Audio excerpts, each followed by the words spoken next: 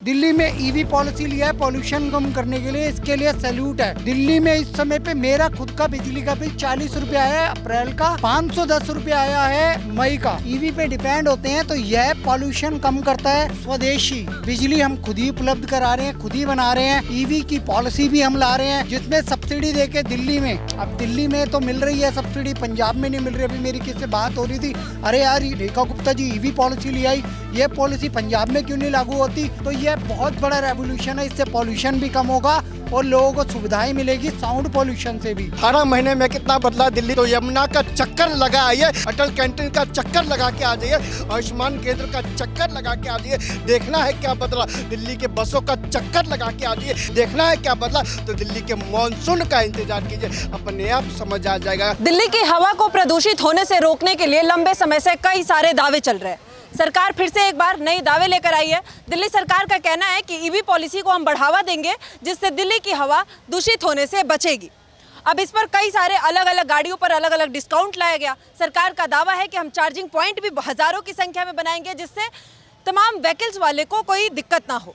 लेकिन क्या दिल्ली वाकई ईवी पॉलिसी के लिए तैयार है? दिल्ली की जनता से हम जानने की कोशिश करेंगे क्योंकि सरकार के दावे और हकीकत में क्या अंतर है ये जानना बेहद जरूरी है। सरकार अगर ये दावा कर रही है कि आने वाले समय में दिल्ली पूरी तरीके से दिल्ली की हवा दूषित होने से बच जाएगी और जनता को हम प्रदूषण मुक्त बनाएंगे, तो क्या ये ईवी पॉलिसी वाकई धरातल पर कारीगर होता हुआ दिखाई दे रहा है? 1 जुलाई से ये पॉलिसी तो लागू हो गई, लेकिन क्या लग रहा है ये कितना सक्सेसफुल हो सकता है? सरकार एक दावा कर रही है, लेकिन इन दावों में धरातल पर अगर मैं पूछूं तो कितनी सच्चाई दिख रही है आप लोगों को? मैडम, महिलाओं के लिए पिंक बसेस चलाना, ग्रीन जो ये बसेस चल रही हैं कनॉट प्लेस से लेके हर मेट्रो स्टेशन पे ये बैटरी से चल रही है, इलेक्ट्रॉनिक व्हीकल्स ही है।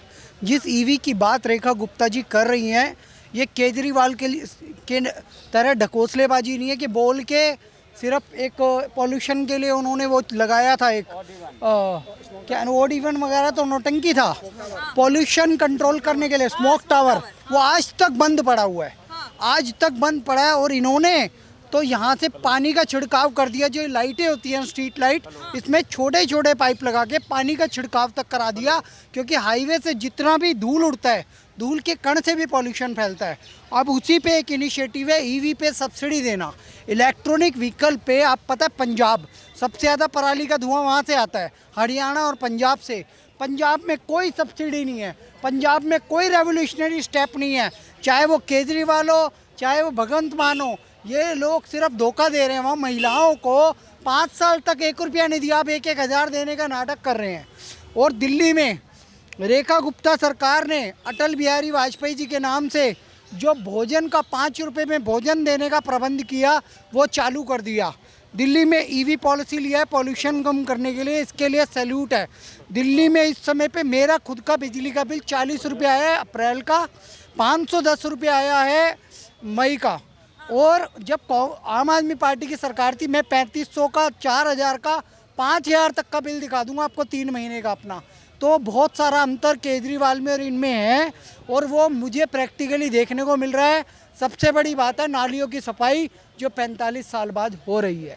ईवी पॉलिसी को लेकर चर्चाएं ये भी हो रही है कि ये सबके लिए नहीं है पॉसिबल, महंगी है, तो एक्सपेंसिव चीज़ें शायद वो लोग नहीं खरीद पाएंगे। अभी मैं ऑटो वाले भैया से बात करी थी, उन्होंने कहा कि चार्जिंग पॉइंट लेकर एक बहुत बड़ी समस्या है। हज़ारों की संख्या में सरकार भले ही दावा कर रही है कि हम चार्जिंग पॉइंट बनाएंगे, लेकिन क्या वो एक बार चार्ज करना 200 किलोमीटर की दूरी तय कर पाएगा?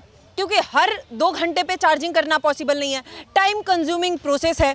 तो क्या उस लिहाज से कैसे उन लोगों के लिए ये सुविधादायक होगा? मैडम, एमसीडी और एनडीएमसी ने सभी पार्किंग में चार्जिंग पॉइंट बना दिए हैं और जितने भी भारत सरकार के पेट्रोल पंप है वहाँ पे भी अब ये लोग चार्जिंग पॉइंट उपलब्ध करवा रहे हैं। दिल्ली में सबसे बड़ी फैसिलिटी चल रही है बसेस से लेके बैटरी रिक्शास की, यहाँ तक कि ऑटो भी बैटरी वाले आ गए हैं। और इस समय भारत सरप्लस बिजली में बना रहा है। हम जो सोलर पावर प्लांट है उस पर भी सब्सिडी दे रहे हैं। अडानी जी ने भुज से लेके गुजरात से लेके राजस्थान तक, हरियाणा तक सब जगह बड़े बड़े प्लांट लगा दिए हैं। सरकार उस पर सब्सिडी दे रही है, लोगों से बिजली खरीद भी रही है। तो ऐसे में हमें बिजली की कोई कमी नहीं है। और अगर हम इलेक्ट्रॉनिक, अब ट्रेन भी चलाने लग गए हैं, अगर हम इलेक्ट्रॉनिक पे डिपेंड होते हैं, अगर हम बिजली पे डिपेंड होते हैं, ईवी पे डिपेंड होते हैं, तो यह पॉल्यूशन कम करता है। और सबसे बड़ी बात है स्वदेशी बिजली हम खुद ही उपलब्ध करा रहे हैं, खुद ही बना रहे हैं। ईवी की पॉलिसी भी हम ला रहे हैं, ईवी वाहन उपलब्ध करवा रहे हैं। और ओला जैसी कंपनी जिसमें सब्सिडी देके दिल्ली में, अब दिल्ली में तो मिल रही है सब्सिडी, पंजाब में नहीं मिल रही। अभी मेरी किससे बात हो रही थी, अरे यार रेखा गुप्ता जी ईवी पॉलिसी ले आई, ये पॉलिसी पंजाब में क्यों नहीं लागू होती, हम भी गाड़ियाँ खरीद लें।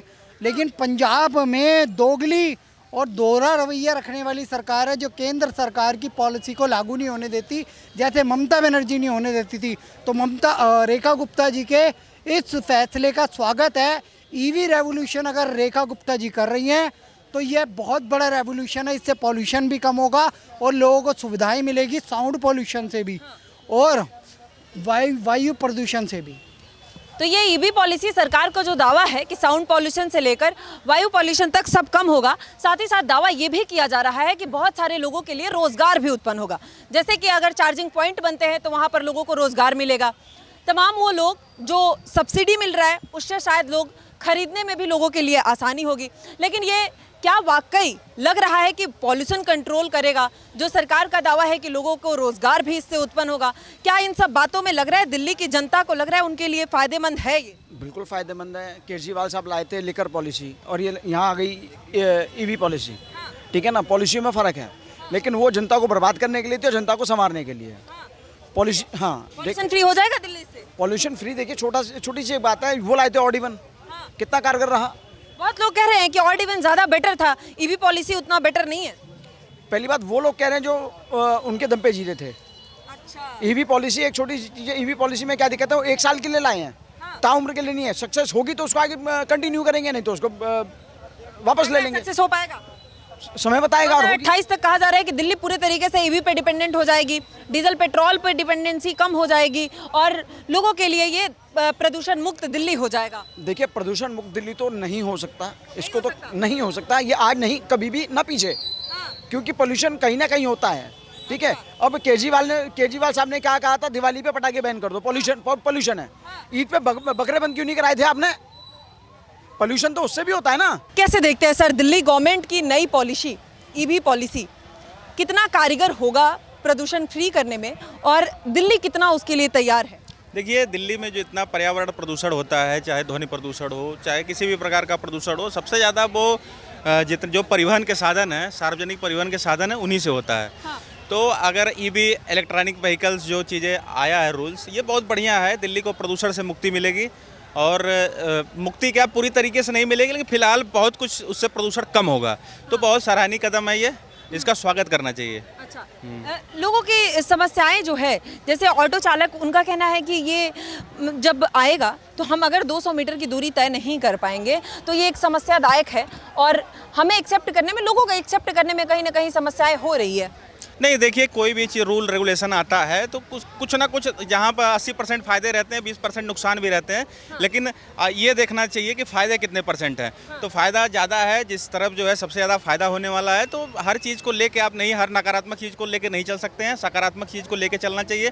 पर्यावरण प्रदूषण सबसे बड़ी चीज़ है, सबसे बड़ी समस्या है, इसको दूर करना सबसे ज़रूरी है। तो लग रहा है दिल्ली प्रदूषण फ्री हो जाएगा इससे? एकदम, देखिए, प्रदूषण फ्री तो नहीं हो जाएगा, ये मैं नहीं कह सकता, लेकिन हाँ, प्रदूषण कम होगा।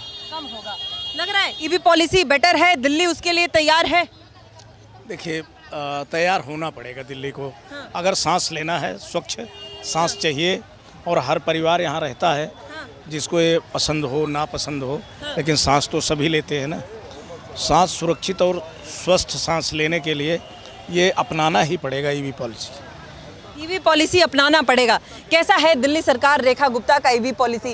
कुछ लोग कह रहे हैं कि ऑड-इवन ज़्यादा बेटर था, ये सरकार आई है, नई नई चीज़ें सिर्फ दिखावा की है, लेकिन ये ईवी पॉलिसी क्या एक वाकई कारगर स्टेप है गवर्नमेंट का? देखिए ईवी पॉलिसी की बात कर रहे हैं। पहले की सरकारों में क्या होता था, पहले की सरकारों में ओड इवन लागू करने की योजना खाली लोक लुभावने वाली योजना आती थी, लेकिन जब से ईवी पॉलिसी आई है, रेखा गुप्ता जी ने स्पष्ट रूप से कहा है कि पॉल्यूशन पर प्रहार मतलब पॉल्यूशन पर प्रहार।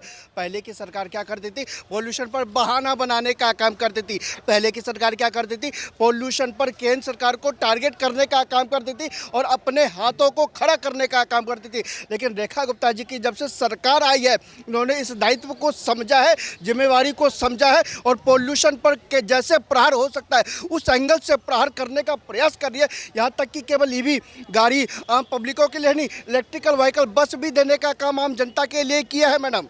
लेकिन लोग कह रहे हैं कि चार्जिंग एक समस्या है, एक्सपेंसिव है, तो ये खरीदने वाले एक ऑटो चालक शायद उसको नहीं उतना कर पाएंगे कि वो खरीद पाएं, एक्सपेंसिव ज़्यादा है। एक बात बताइए, आप एक्सपेंसिव की बात कर रहे हैं। मेरे एक मित्र है, उन्होंने ईवी कार खरीदी है, आप मानोगे नहीं, उसका महीने का लगभग 25,000 का उनका पेट्रोल जाता था और आज उन्होंने ईवी से जो चार्ज किया है मात्र 2,200 का बिजली का बिल आया है। तो बताओ सस्ता वो था या सस्ता ये था। लेकिन आप कहना कि विपक्ष आज के टर्म में वो केवल और केवल झूठ फैलाने की राजनीति करता है, जनता को दिग्भ्रमित करने का प्रयास करता है कि जनता किस तरह से दिग्भ्रमित हो जाए और सरकार की बातों में ना आए। लेकिन आप सरकारी योजनाओं को जब देखेंगे, जब उनका लाभ लेंगे तो आपको समझ आएगा कि हकीकत क्या है। कहीं ना कहीं ईवी गाड़ी आ रही है तो मैडम आपके लिए और हमारे लिए, हमारे भविष्य के बच्चों के लिए, उनके लिए सेहतमंद है, क्योंकि पहले वाली सरकार तो अपने बच्चों की चिंता करती थी, अब की सरकार आपके और हमारे बच्चों की चिंता करती है। 18 महीने में कितना बदला दिल्ली?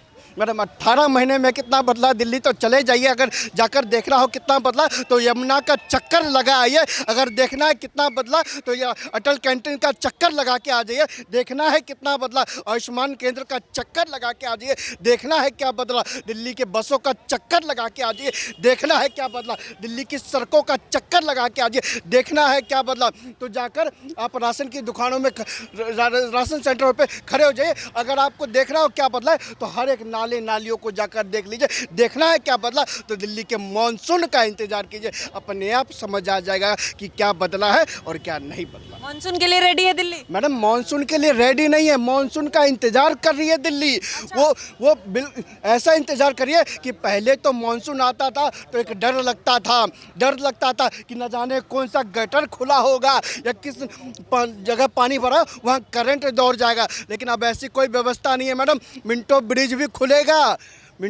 भी खुलेगा और जाकर देखिए दिल्ली की जनता जो मॉनसून से डरती थी वो इस मॉनसून को एंजॉय करने के लिए तत्परता के साथ तैयार बैठी।